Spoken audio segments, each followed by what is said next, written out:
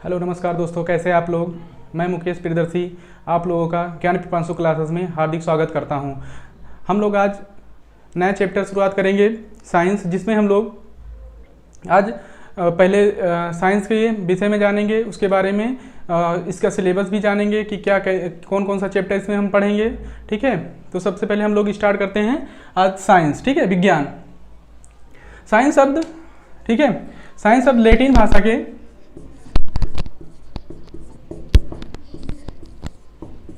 Latin भाषा के Cynthia शब्द से बना है। सिंटिया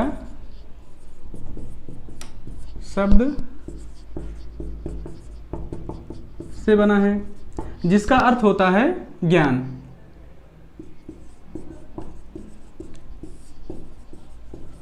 जिसका अर्थ होता है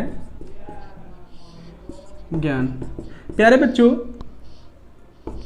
आप लोग एक काम करिएगा कि हम लोग जैसे जैसे पढ़ते चलेंगे, आप लोग कलम और कॉपी लेकर बैठिएगा, साथ साथ आप लोग अच्छा सा नोट्स भी बनाते चलेंगे। ठीक है, इन फ्यूचर आप लोग को ये नोट्स बहुत ही काम आएगा। ठीक है, तो हम लोग ये जान लिए कि विज्ञान शब्द की उत्पत्ति जो हुई है सिंटिया शब्द से हुई है, जिसका अर्थ होता है ज्ञान। ठीक है, जिसका अर्थ होता है ज्ञान। अब हम लोग सबसे पहले सिलेबस जान लेते हैं। ठीक है, हम लोग को विज्ञान में पढ़ना क्या है। विज्ञान के आप लोग जानते हैं कि 3 भाग होते हैं, बायोलॉजी, ठीक है, केमिस्ट्री और फिजिक्स।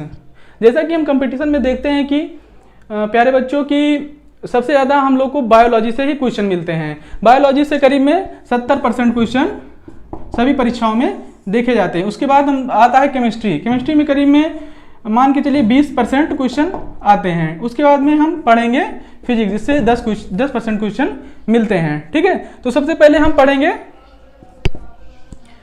बायोलॉजी। ठीक है, तो हम लोग सबसे पहले पढ़ेंगे बायोलॉजी। ठीक है, आइए हम लोग देखते हैं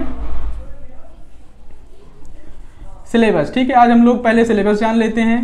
ठीक है, सिलेबस आप लोग साथ साथ नोट कर लीजिएगा। ठीक है, हम लोग को पढ़ना क्या क्या है। तो आज हम लोग सबसे पहले विज्ञान। ठीक है, आप लोग जान गए विज्ञान शब्द लैटिन भाषा के सिंटिया शब्द से बना है, जिसका अर्थ होता है ज्ञान। ठीक है, जिसका अर्थ होता है ज्ञान। तो हम इसको 3 भागों में डिवाइड करेंगे। पहला है जीव विज्ञान, ठीक है, उसके बाद में भौतिक विज्ञान, ठीक है, फिर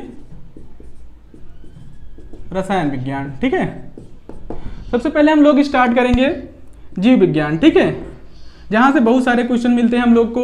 उसके बाद जब हम इसको कंप्लीट कर लेंगे, जीव विज्ञान को कंप्लीट कर लेंगे, उसके बाद में हम भौतिक विज्ञान पे आ जाएंगे, फिर रसायन विज्ञान है, फिर पहले रसायन पढ़ के फिर भौतिक विज्ञान पढ़ेंगे। ठीक है, तो सबसे पहले हम लोग स्टार्ट करते हैं विज्ञान, जीव विज्ञान के हम पहले सिलेबस के बारे में डिस्कस कर लेते हैं। उसके बाद में हम लोग भौतिक विज्ञान पे चलेंगे। तो हम लोग आज देखेंगे सबसे पहले कि जीव विज्ञान में कौन कौन से चैप्टर हमको पढ़ने हैं। सबसे पहले हम देखते हैं कि कोशिका विज्ञान। ठीक है, सबसे पहले हम कोशिका के बारे में पढ़ेंगे। ठीक है, पहला ही चैप्टर हम लोग का होगा कोशिका विज्ञान। ठीक है, कोशिका विज्ञान, ठीक है, इसको हम लोग साइटोलॉजी कहते हैं। ठीक है, यानी कि साइटोलॉजी विज्ञान की वह शाखा होती है जिसमें हम कोशिका का अध्ययन करते हैं, उसे क्या कहते हैं, साइटोलॉजी कहते हैं। यह हम ऐसे जान लेते हैं कि मतलब कि जिसमें हम कोशिकाओं का अध्ययन करते हैं उसको क्या कहेंगे, साइटोलॉजी कहेंगे। ठीक है, तो साइटोलॉजी पहला चैप्टर हो जाएगा।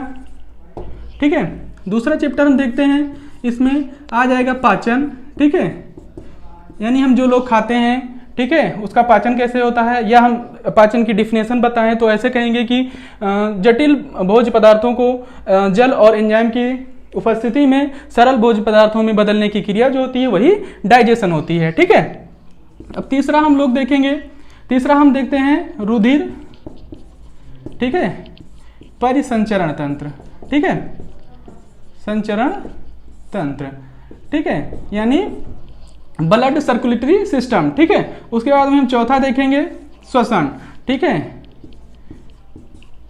श्वसन, ठीक है, रिस्पिरेटरी सिस्टम। ठीक, उसके बाद में हम पचुआ आ जाएंगे, उत्सर्जन तंत्र, ठीक है, हमारे शरीर में जो अपशिष्ट पदार्थ या जो खतरनाक पदार्थ बढ़ते हैं उनको हम शरीर से बाहर कैसे निकालें, ठीक है, उसे क्या कहेंगे, उत्सर्जन तंत्र। ठीक है, अब हम पहले देखें, पहला चैप्टर हमको पढ़ना है कोशिका विज्ञान, ठीक है, उसके बाद में पाचन पढ़ना है, फिर रुधिर परिसंचरण तंत्र पढ़ना है, फिर श्वसन पढ़ना है, फिर उत्सर्जन तंत्र पढ़ना है। ठीक है, इसके बाद हम आएंगे नेक्स्ट चैप्टर पे। ठीक है, छठवां चैप्टर हम लोग का होगा कंकाल, ठीक है, जिसे हम स्केलेटन सिस्टम कहते हैं कि कंकाल। ठीक है, कंकाल। उसके बाद सतवां आ जाएंगे हम लोग तंत्रिका तंत्र, ठीक है, तंत्रिका तंत्र। उसके बाद में आ जाएंगे हम लोग अठवां आ जाएंगे हम पोषण। पोषण में ही हम लोग, ठीक है, इसमें हम लोग कार्बोहाइड्रेट, प्रोटीन, ठीक है, एंजाइम, वसा आदि के बारे में, साथ साथ इसमें हम लोग विटामिन्स के बारे में पढ़ लेंगे। ठीक है, विटामिन्स के बारे में पढ़ लेंगे। इसमें विटामिन्स में दो प्रकार के, ठीक है, वसा में घुलनशील विटामिन, वसा में घुलनशील विटामिन, और उसके बाद में जल में घुलनशील विटामिन, दोनों को देख लेंगे। ठीक है, इसमें हम लोग देखेंगे ए, डी, ई के, ठीक है, उसके बाद में जल में बी और सी। ठीक है, यहाँ से भी बहुत सारे क्वेश्चन आते हैं, ज़्यादा से ज़्यादा क्वेश्चन यहीं से पूछे जाते हैं। कभी कभी पूछ लिया जाता है कि विटामिन ए का नाम क्या है, विटामिन सी का नाम क्या है, विटामिन ई का नाम क्या है, विटामिन के का नाम क्या है। ठीक है, ऐसे ही इनकी खोज किसने की थी, विटामिन शब्द किसने दिया था, ठीक है, विटामिन की खोज किसने, ये सब हम लोग जानेंगे। ठीक है, अभी तो हम लोग सिलेबस पढ़ रहे हैं, ठीक है, कि सिलेबस में क्या क्या पूछा जाता है। पोषण हो गया। उसके बाद में हम लोग आते हैं, बहुत ही महत्वपूर्ण चैप्टर है, जो 9वां चैप्टर है, बहुत ही महत्वपूर्ण है। ठीक है, 9वां है मानव रोग। ठीक है, यहाँ से भी बहुत सारे ही क्वेश्चन पूछे जाते हैं वनडे एग्जाम्स में, तो हम लोग बारी बारी से एक एक करके मतलब कि सारे चैप्टर पढ़ेंगे। एक चैप्टर और है यहाँ पे, अंतःस्रावी तंत्र। ठीक है, अंतःस्रावी तंत्र। ठीक है, तो हम लोग बच्चों इतना मतलब कि जीव विज्ञान में हम 10 चैप्टर पढ़ने वाले हैं, और एक चैप्टर पढ़ने में करीब में हम लोग को 2 से 3 दिन लगेंगे। ठीक है, हम लोग ज़्यादा जल्दबाजी नहीं करेंगे, धीरे धीरे, चूंकि हम लोग के पास बहुत ज़्यादा टाइम है, तो हम लोग धीरे धीरे पढ़ते चलेंगे। ठीक है, आज हम लोग स्टार्ट करते हैं कोशिका, ठीक है, साइटोलॉजी। ठीक है, आप लोग उम्मीद करते हैं हम कि आप लोग ने ये सिलेबस जो हम बताए हैं वो आप लोगों ने लिख लिया होगा। एक बार फिर से हम लोग इसको बता देते हैं। पहला हमको पढ़ना है जीव विज्ञान में, सबसे पहले हमको कोशिका पढ़ना है, ठीक है, फिर पाचन पढ़ना है, फिर रुधिर परिसंचरण तंत्र पढ़ना है, फिर चौथा चैप्टर पढ़ना है हमको श्वसन। श्वसन के बाद में हम आ जाएंगे उत्सर्जन तंत्र। उत्सर्जन तंत्र के बाद में आएंगे हम लोग तंत्रिका तंत्र। ठीक है, उसके बाद में तंत्रिका तंत्र के बाद में हम लोग कंकाल पे आ जाएंगे। कंकाल के बाद में हम पोषण। पोषण के बाद में हम लोग आ जाएंगे मानव रोग। मानव रोग के बाद में हम लोग आ जाएंगे अंतःस्रावी तंत्र पे। ठीक है, तो सबसे पहले हम लोग बच्चों आज स्टार्ट करते हैं कोशिका विज्ञान। ठीक है, कोशिका विज्ञान हम लोग पढ़ते हैं, पहला चैप्टर है भाग 1। ठीक है, कोशिका विज्ञान।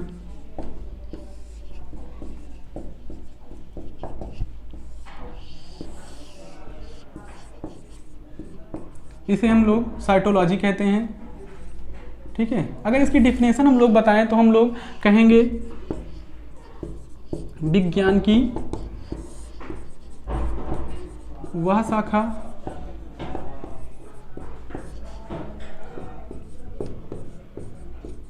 जिसके अंतर्गत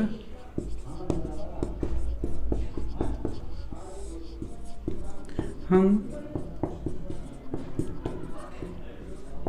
कोशिकाओं का क्या करते हैं, अध्ययन करते हैं। ठीक है, उसे क्या बोलेंगे हम लोग, साइटोलॉजी कहेंगे। ठीक है प्यारे बच्चों, उम्मीद है आप लोग साथ साथ लिखते चलेंगे। ठीक है, तो हम लोग ने जान लिया कि साइटोलॉजी क्या है, विज्ञान की वह शाखा जिसके अंतर्गत हम कोशिकाओं का अध्ययन करते हैं। अब हम लोग देखेंगे कोशिका होती क्या है। ठीक है,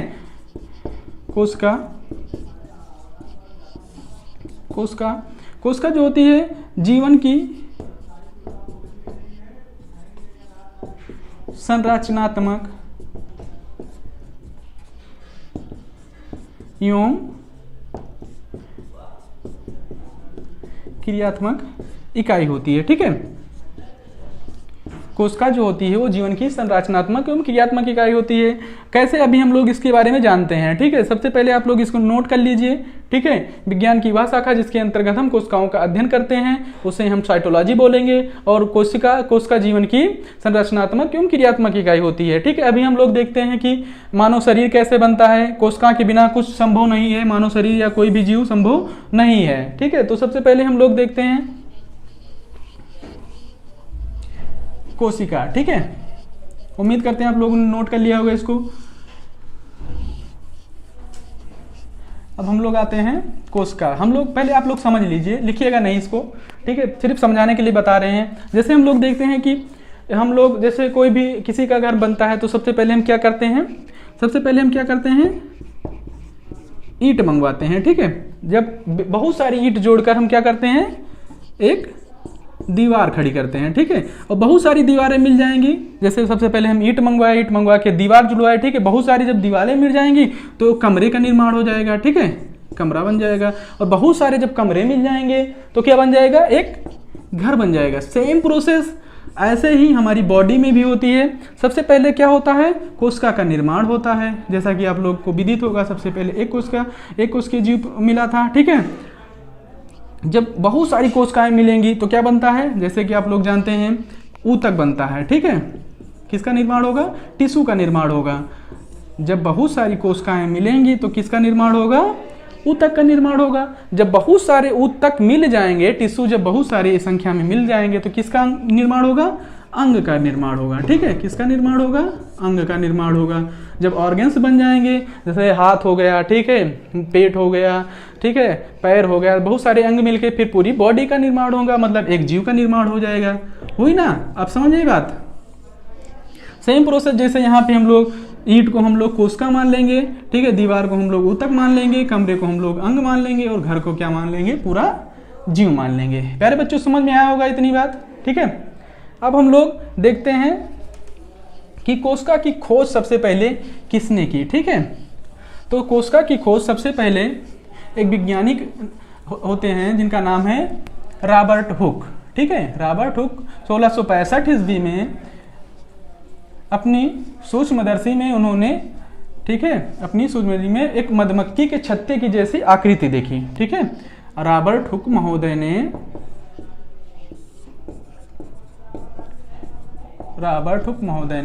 सन 1665 में अपने सूक्ष्मदर्शी में मधुमक्खी की छत्ते की जैसी एक आकृति देखी। कैसी आकृति देखी, मधुमक्खी के छत्ते की जैसी आकृति देखी। ठीक है, और इसका नाम क्या दे दिया, कोसा। ठीक है, इसका वर्णन इन्होंने अपनी पुस्तक, ठीक है, इनकी एक पुस्तक है जिसका वर्णन इन्होंने माइक्रोग्राफिया में किया। ठीक है, इसका वर्णन माइक्रोग्राफिया यानी कि अपनी पुस्तक में इसका वर्णन किया था। तो प्यारे बच्चों, कभी कभी पूछता है कि रॉबर्ट हुक ने कोशिका का वर्णन अपनी किस बुक में किया है, तो आप लोग उत्तर देंगे माइक्रोग्राफिया। ठीक है, इतना समझ में आया। ठीक है, और एक चीज यहीं पे जान लीजिए, इन्होंने मृत कोशिका की खोज की थी, ना कि जीवित कोशिका की। ठीक है, तो रॉबर्ट हुक महोदय ने मृत कोशिका की खोज की थी। ठीक है, तो प्यारे बच्चों, अब आप लोग के मन में ये सवाल जरूर उठ रहा होगा कि जीवित कोशिका की खोज किसने की। इन्हीं के 1665 के 5 या 6 साल बाद, यानी कि 1672 में, ठीक है, 1672 का समय आता है और आते हैं एक वैज्ञानिक एंटोनी लीवेनहॉक। ठीक है, 1674 ईस्वी में आते हैं एक वैज्ञानिक एंटोनी लीवेनहॉक। ठीक है, एंटोनी लीवेनहॉक, और इन्होंने जीवित कोशिका की खोज की। ठीक है, इन्होंने क्या किया, जीवित कोशिका की खोज की। ठीक है, और यहीं पे आप लोग स्टार लगा के, बहुत ही इंपॉर्टेंट है, पूछा जाता है कि कोशिका का सिद्धांत किसने दिया। ठीक है, तो 2 वैज्ञानिक थे, इनको हम ऐसे याद कर सकते हैं, एस और एस। ठीक है, स्लाइडन एवं स्वान। ठीक है, स्लाइडन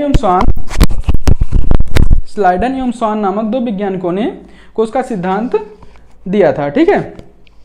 ऐसे हम याद कर सकते हैं एस एस, ठीक है, स्लाइडन एवं स्वान, इन्होंने क्या किया था, कोस्का का सिद्धांत बताया था, ठीक है, कोस्का का सिद्धांत बताया था।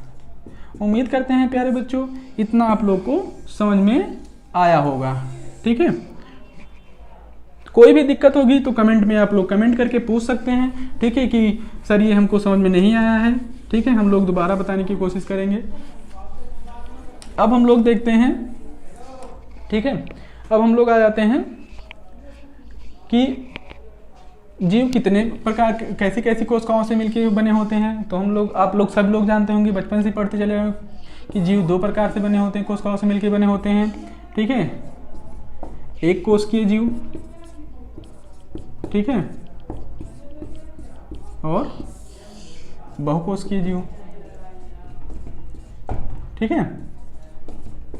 एक कोशिकीय जीव में हम लोग देखते हैं अपना अमीबा हो जाएगा, बहुकोशिकीय में बहुत सारे एग्जाम्पल इसके हैं, ठीक है, जैसे मनुष्य हम लोग ही हो गए, मनुष्य हो गया, ठीक है,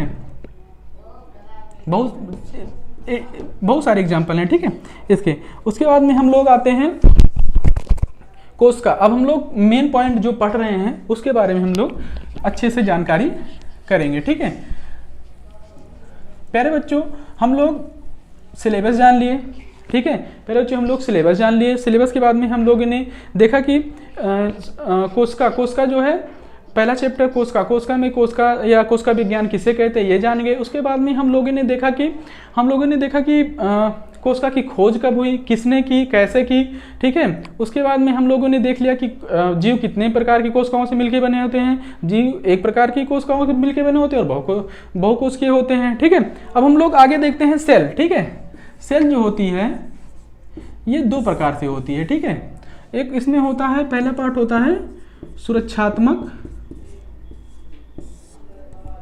आवरण होता है, ठीक है, और दूसरा होता है जो बहुत ही इंपॉर्टेंट होता है, ये होता है जीव द्रव्य, ठीक है, इसे हम प्रोटोप्लाज्म कहते हैं इंग्लिश में, ठीक। और इसके अंदर हम दो चीज़ों का अध्ययन करते हैं। पहला होता है कोशिका भित्ति, ठीक है, कोशिका भित्ति, और दूसरा होता है इसमें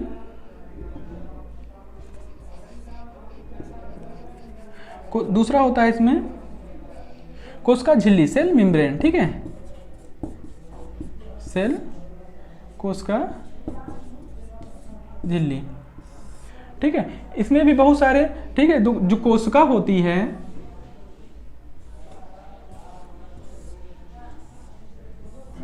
जो कोशिका होती है हमारी बॉडी में, सिर्फ कोशिका भित्ति और कोशिका झिल्ली, इनको छोड़ के जो भी कोशिका का भाग होता है वो क्या कहलाता है, जीव द्रव्य कहलाता है। लेकिन प्यारे बच्चों हम लोग कोशिका भित्ति, कोशिका झिल्ली कल जानेंगे, ठीक है, और नहीं तो ज़्यादा बहुत बड़ी वीडियो हो जाएगी तो आप लोग बोर हो जाएंगे, इसीलिए हम लोग इसके बारे में कल जानेंगे, ठीक है। प्यारे बच्चों अगर इतना कहीं भी कोई भी दिक्कत होगी तो प्यारे बच्चों कमेंट जरूर करिएगा, ठीक है, कोई भी दिक्कत होगी या कहीं भी परेशानी होगी तो कमेंट जरूर करिएगा, ठीक है बच्चों।